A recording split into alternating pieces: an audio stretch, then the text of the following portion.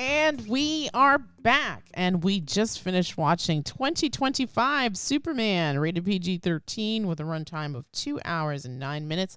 This comes to us from Warner Brothers. This is written and directed by James Gunn with additional writing credits to Jerry Siegel and Joe Shuster. Those are the creators of Superman. Those are the original creators. This stars David Corenswet as the aforementioned Superman / Clark Kent, a super who is just trying to do the right thing. I think when we left the theater, we talked a little bit about it, but I think the nice thing about this particular story is that everybody knows who Superman is, so we don't have to start from square one. We go right into the story of this particular Superman and what is happening in his day-to-day. I mean, the first time we see him, he has basically gotten the crap kicked out of him, and he's been punched all the way to the Arctic Circle. So. Yes. We start out, and he is in a very vulnerable place after having taken a beating. Which is, for people who know Superman, that's not an everyday sort of thing. No. Superman is usually the one giving the beatings, not taking them. I think that's one of the aspects that is interesting about this film, is Superman's kind of a hard character to make interesting. Right. I mean, I understand he's been around since forever. Yes. But the problem I've always had with Superman and why he's never really been one of my favorite characters is he's just too... He's invincible. He's invincible. He's way overpowered. Yeah.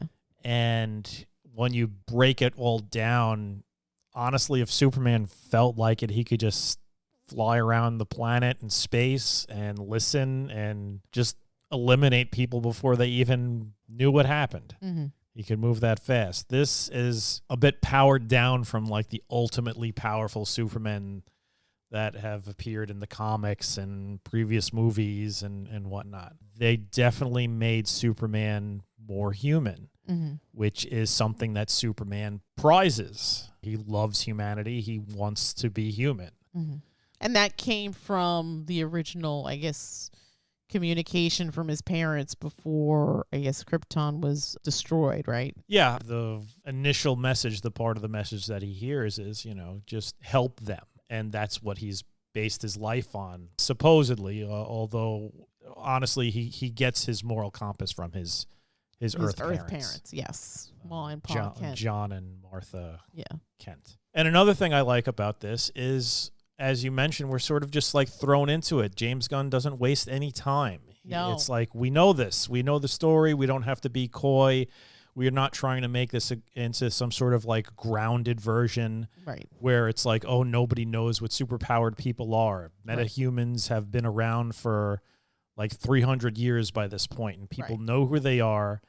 And this sort of like craziness that occurs around meta-powered people, superpowered people, is just kind of an everyday event for the people of Metropolis, to the point where there's a giant kaiju running through the city, and there's people still just milling about, doing their business, running hot dog stands.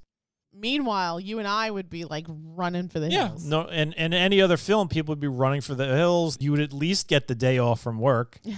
Not in this movie. These people are still in their office, like looking out the window, like, okay, well, I hope Superman comes. There's like another scene where Superman and Lois are having a conversation, and she's basically like, should you do something about that? Because outside the window is some sort of giant flying eyeball tentacle beast. And like the other superheroes are battling it, and he's just like, nah, those guys got it. It's just an interdimensional imp. Yes. Like, okay, it's just par for the course. Exactly.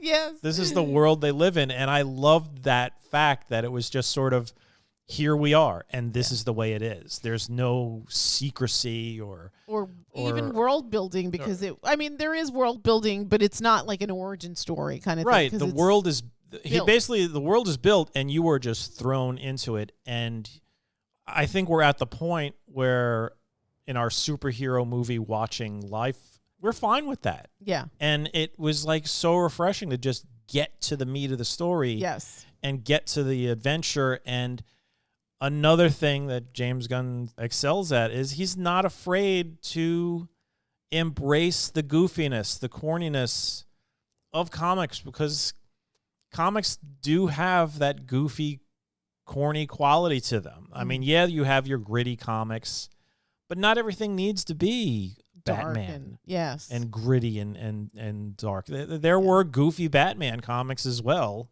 but you certainly shouldn't try and make Superman Batman. Right. And I think that's where DC didn't, the production studio, Warner Brothers, they just didn't understand. And it was just like, well, Batman is very dark and gritty and grounded in reality.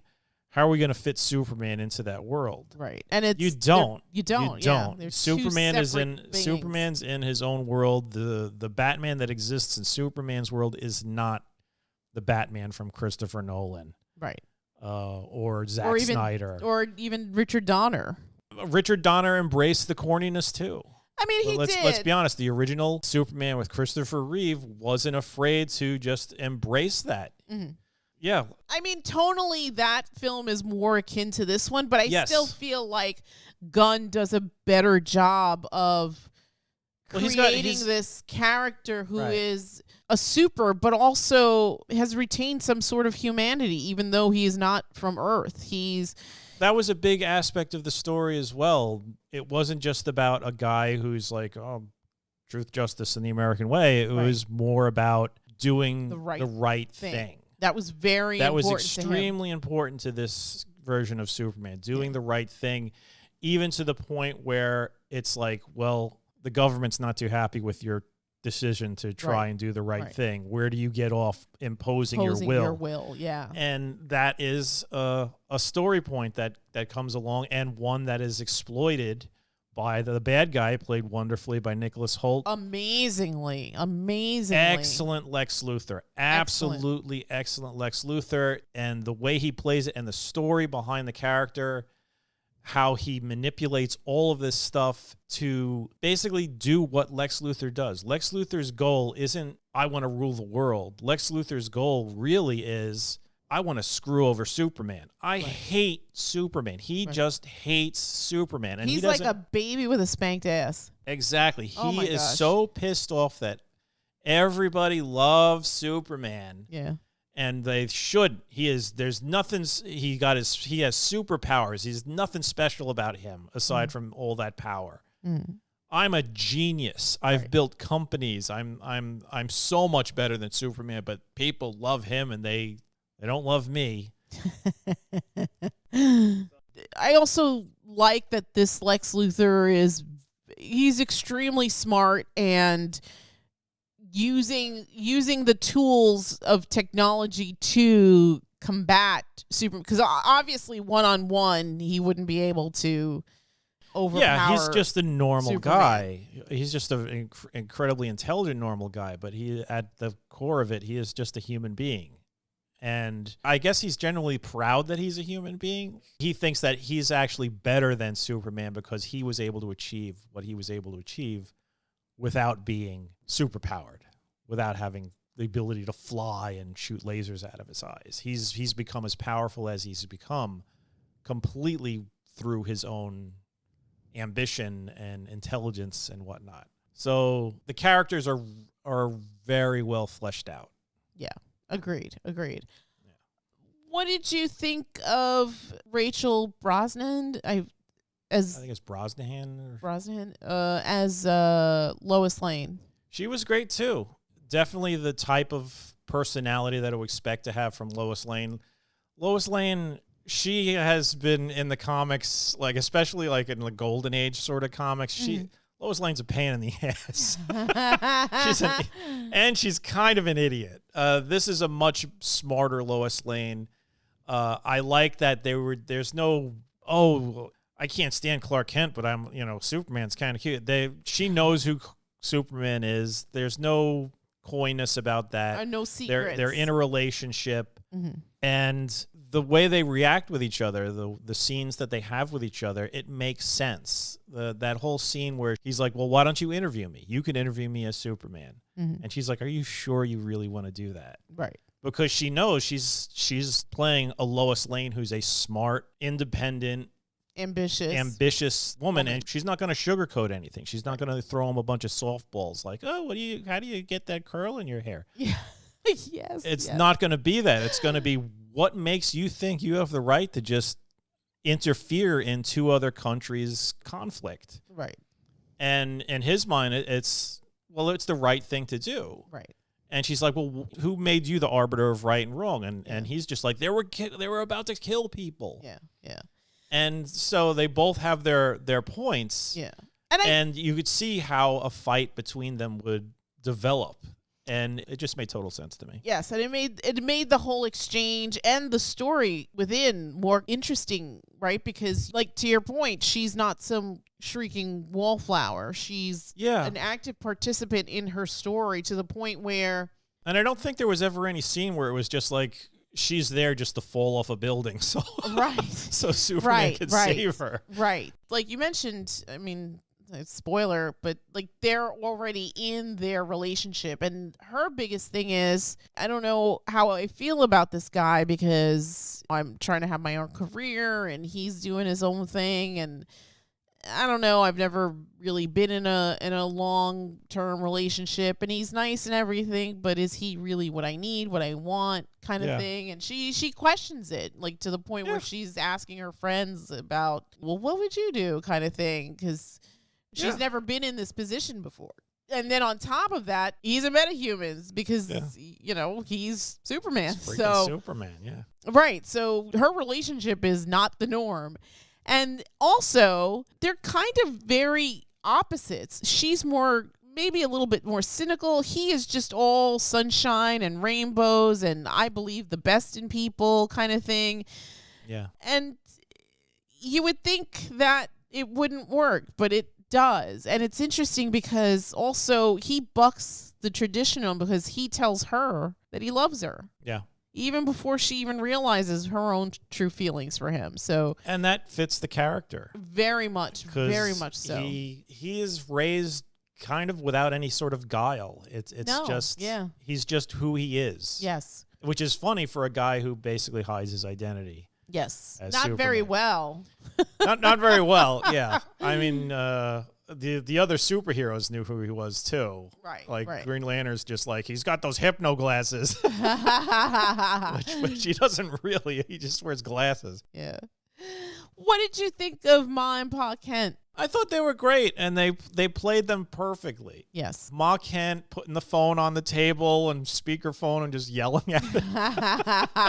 Yeah, that's what old people do. Yes, Pa Kent, I don't know that actor's name. We've seen him in tons of stuff. Pruitt Taylor Vance. Is that who he is? Yeah, he's the priest in Constantine. He's the priest in Constantine. He's just like this big, bulky guy, this teddy bear of a man who loves his son. Loves his son. And that speech that little talk he has with him on the steps of their farmhouse, it's such a great little speech. It's so wonderful. It really is a wonderful speech. It's touching. I loved when he was just like, I'm proud of you. Yes, I cried. Yeah. I cried. You saw me in the theater crying. Mm-hmm. That was a great moment. That was a great moment. And again, Gunn is such a masterful storyteller. As far as I was concerned, I'm sure, everybody has their opinions. And I'm sure the Snyder bros aren't going to let this go. They are so mad that this film is going to be profitable. It's so hilarious. Like after the first week, find a hobby. Yeah, I know. After the first week, and like the reports come in, and it's like, oh, it did better than expected. They're like, it's never gonna make it. Oh, another failure for Warner Brothers. They should have never fired Zack Snyder and Henry Cavill. And it's just like, come on, what are you Calm down. Get a hobby. I think their hobby is just like cranking it to posters of Henry Cavill. Seriously, maybe. Stop. Just get over it. You're like really embarrassing is yourself. Over this as well. Yeah, he's definitely Zack Snyder. He's moved on. Zack Snyder doesn't give a damn. Shit, no. And you have all he's these making shitty movies for Netflix now. Yeah, you got all these dudes who are just like drooling over them. Ugh, it's like so it's weird. so embarrassing for them, and they don't realize how embarrassing it is to hear these people just like, you'd think they had money invested in the company, and they're just like, oh yeah, we gotta piss on this because it'll make our profits soar. Right, and not for nothing, I like Henry Cavill. I love Michael Shannon, but those Superman movies, they weren't really that good. Nah, they were mediocre. Yeah. And they were just I mean, they look pretty, but they were very dark and dour, and it's Yeah. just that's not who That's not Superman Superman. is. Yeah. That's a complete misunderstanding of the character. agreed. Superman is fun comics. He's fighting interdimensional imps and bizarro versions of himself, and it's just crazy sci-fi insanity. Right. It's not supposed to be this, I don't know what the hell they want, some sort of macho fantasy. I really don't understand what's going on with some people's mentalities. Well, I think it's to your point. I think people lost the thread. Superman and Batman are not the same character. And No, you not can't at really all. play them the same way. I mean, Superman is, for all intents purposes, almost like a deity, right? He's omniscient and omnipotent and just... Well, he's not omniscient. Okay, sorry. I didn't mean that. He's incredibly powerful, and some people write him, his power is just so berserk it doesn't even make sense. He's like right. punching holes through reality. It's like, what? Yes. Calm down a little. And he's so perfect that it just, to your point before, he wasn't really an interesting character. I also agreed with you. I never thought that. There were very few writers who would be able to craft really great Superman stories. Right. Generally, it's always like, oh, he's fighting someone who's almost as strong as he is. Agreed. But I think, again, Gunn is just such a masterful storyteller, and he gets just the right amount of action, just the right amount of comedy, just the right of those sweet character moments. It's so top to bottom. I enjoyed this film so much. I never thought that I wouldn't, because just going through Gunn's filmography, he's just such a good storyteller. You could tell that he loves this type of story, too. He likes this type of stories. And he's good with groups. And he's excellent with groups. And he's doing the thing that he loves. And it definitely shows here. I'm excited for this new kind of world building with this Superman. I think for a first effort, for a character that's so recognizable, that can be polarizing, because some people sometimes, I guess, assume that this is theirs, and it's not. It's a universal. It's an ours. And I think that if you're smart, you're going to give this film a chance. And you might be surprised. Seriously. You'd be thoroughly entertained, because I know we were. Yeah, like I said, I'm not really that big a Superman fan. He was Same. never one of my favorite characters. I always thought he was a little dull. I mean, I have read good Superman stories, but they were always so few and far between as far as like the general, like sort of like monthly Superman stories. I don't know. Like I said, it's like, oh, we introduced someone who's just as tough as he is. And Right. They have a fight, and it kind of goes nowhere. Lois is in trouble again. But there's some big stakes. I mean, there are points in this storytelling where you really don't know what's going to happen with Superman/Clark, because they made Lex such a good bad villain, guy. yes. And they made it clear that, like, Superman's never just going to just punch Lex in the face. Right. Although he should. Even at the part where he's like, there's a part in the film where he's like super mad and he just like throws his desk across the room. Mm-hmm.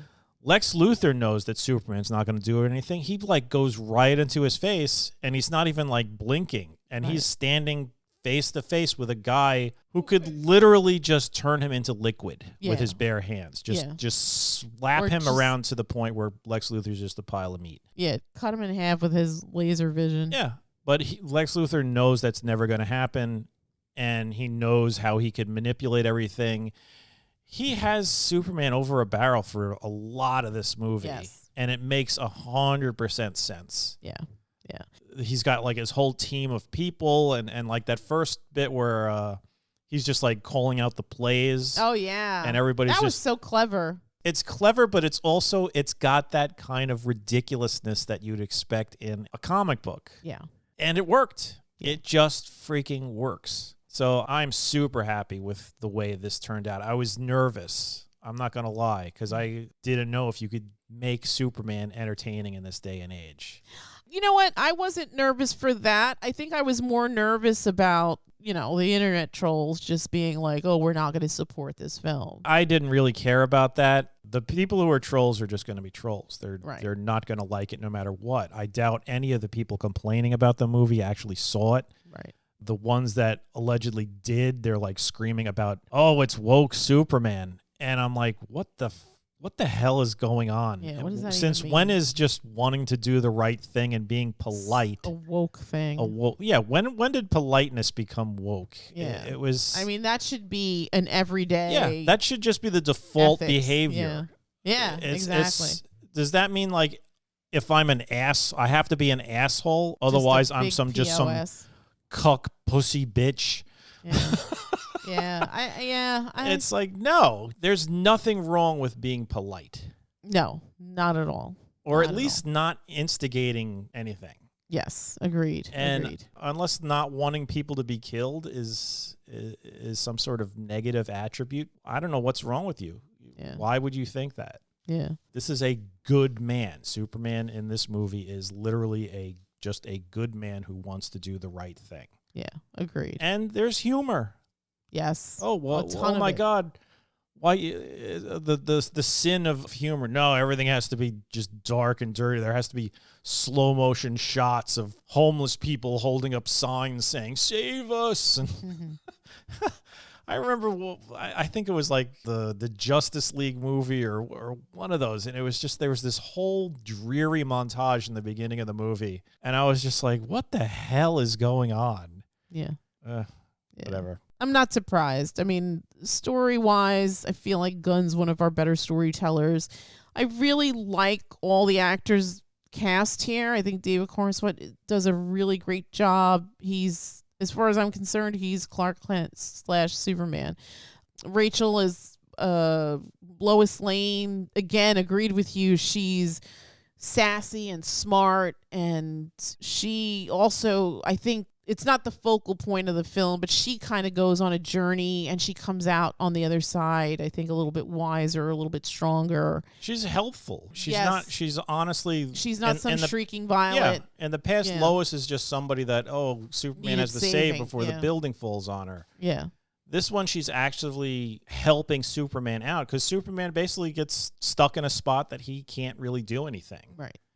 So she helps him out. Yeah. Oh my God, is that maybe that was the woke thing? Yeah. Once again, the woman is saving the man. No, they're characters in a movie that help each other. Right. That's what makes the movie interesting. Everybody has a job. Yeah. Even Jimmy has a job. Jimmy inexplicably is just this chick magnet who like no women could resist, and it's like, am I looking at the same guy as everybody else? Maybe everybody's wearing those glasses. Yeah, maybe Jimmy's the one with the hypno glasses, and we don't know. Because what the hell? I don't know. Yeah, he's turning down like supermodel looking woman. He's like, yeah, she's got weird toes. Yeah. So it's like he's Jerry Seinfeld. Remember Jerry Seinfeld was dating all these like hot women on that show, and it's like, how the hell did he? He looks like a goddamn donkey. Yeah. And he's kicking women out of bed because they eat peas weird or something. Yeah. Get out of here. Yeah, I mean, I feel like everybody had, even like the minor characters, just had a moment to shine, and yeah, everything worked. I don't think anything was wasted. I think from start to finish, this is good summer fun. I'm so pleased that it's doing well. And yeah, Snyder Bros, eat that. If you were going to give this a number from 1 to 10, what would you say? I'd give this an 8. An 8. I liked it a lot. I think I'm going to go, I'm going to give it a 9. I think from where it starts to where it ends, it is absolute magical storytelling. I think that you care about the characters. I think that even though we are in the era of, I guess, superhero fatigue, not here. I think that the story is nuanced and layered. There's a lot going on. I mean, there's stuff.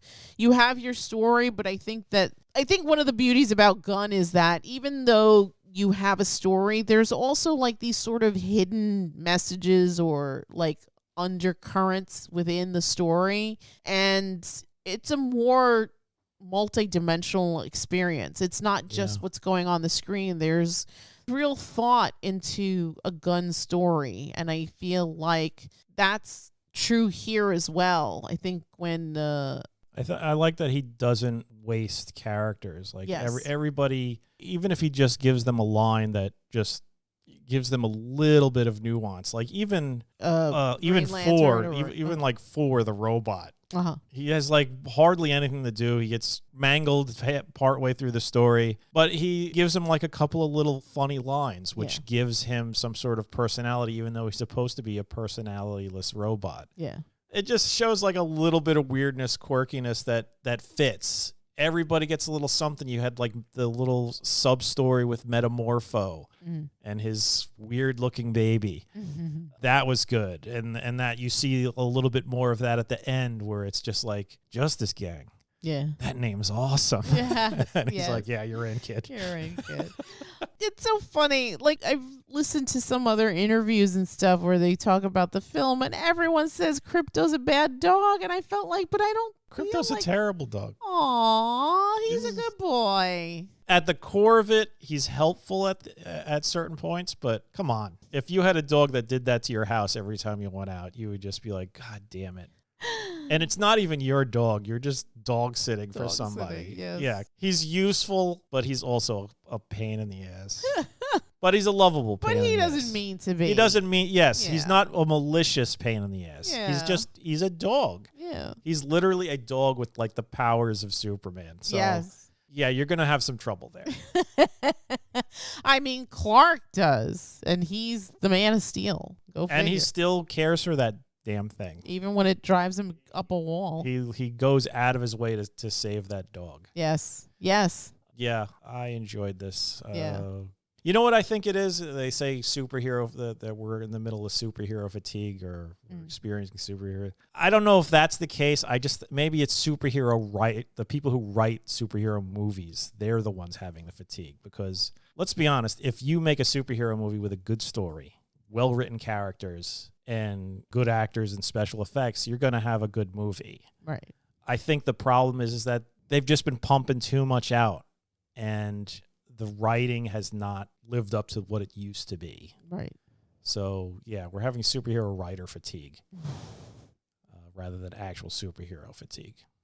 I think you're right. I mean, it's coming out soon, but I hear good things about Fantastic Four, so we'll see how that plays out. Yeah. I mean, hopefully they took time and they wrote it and they did it right and they make a good story. That's really what you need. You just need a good story. Yeah.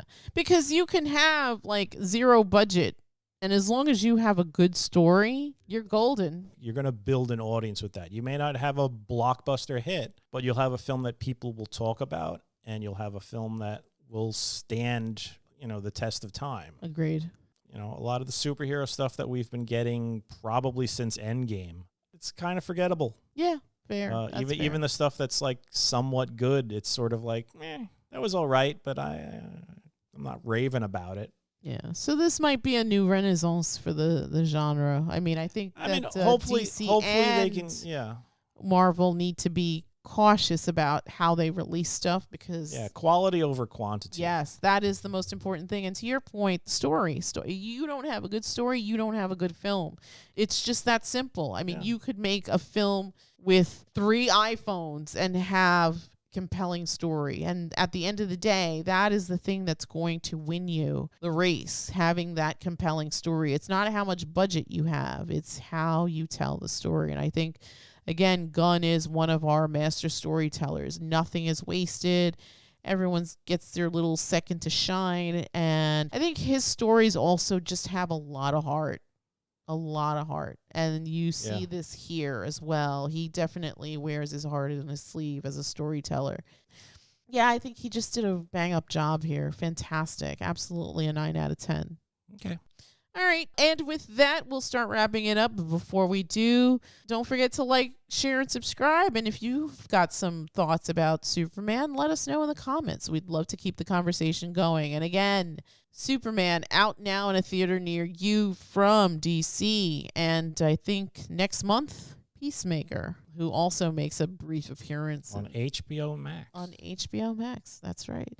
And with that, we will bid you all a good night. Good